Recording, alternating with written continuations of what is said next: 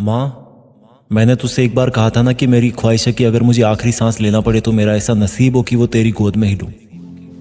लेकिन मैंने तेरा दिल तोड़ दिया, तुझे बुढ़ापे के लिए अकेला छोड़ दिया। तुझसे वादा किया था कि अगली बार आऊंगा तो मिलकर रसोई में खाना बनाएंगे। पर तूने कहा था ना कि बेटा अगर सीमा पर लड़ाई छिड़ जाए तो तू सबसे पहले अपनी बड़ी माँ की हिफाजत करना। मैंने होश गंवाने तक 1 इंच भी दुश्मन को नहीं लेने दी माँ।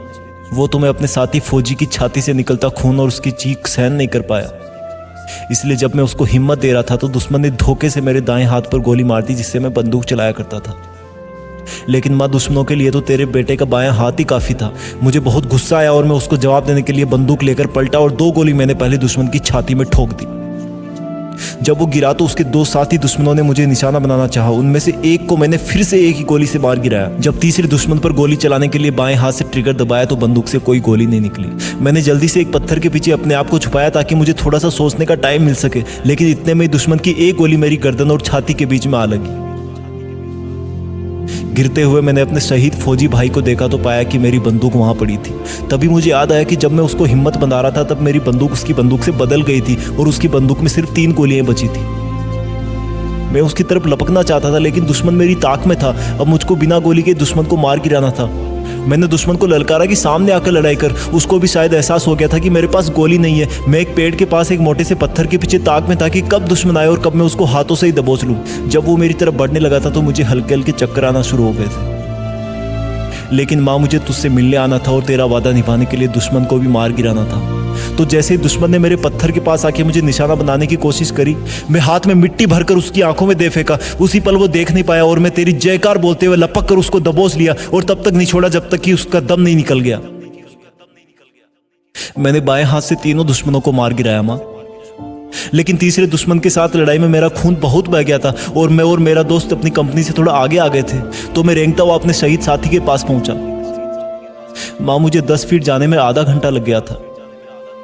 सब धुंधला दिख रहा था। मेरा दोस्त अपने बच्चों और बीवी की तस्वीर हाथ में देखता हुआ वहीं मां की गोद में सो गया था। तेरी तस्वीर मेरे टेंट में ही रह गई थी। मेरा जोरों से दिल धड़क रहा था और कुछ दिख नहीं रहा था, लेकिन फिर भी मुझे तेरा भोला सा शांत चेहरा नजर आ रहा था। मैं तुझसे बचपन में मेले से बंदूक लाने की जिद करता था ना। कितनी अच्छी थी तू जो मुझे लाकर देती थी।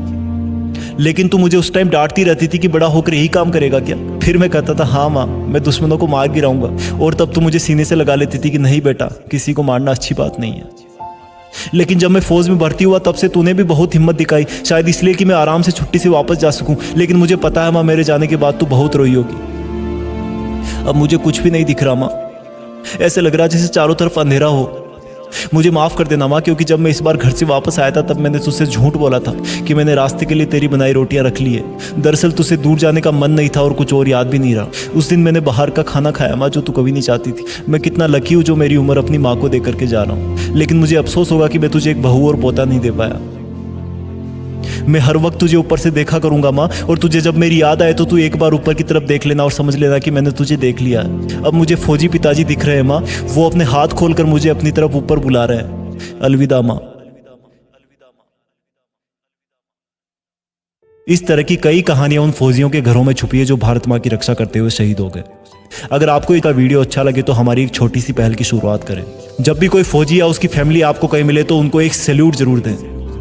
जय हिंद। सब्सक्राइब कीजिए चैनल को और दबाइए बेल आइकन को ताकि मोटिवेशन के नोटिफिकेशन आपको हमेशा प्राप्त होते हैं।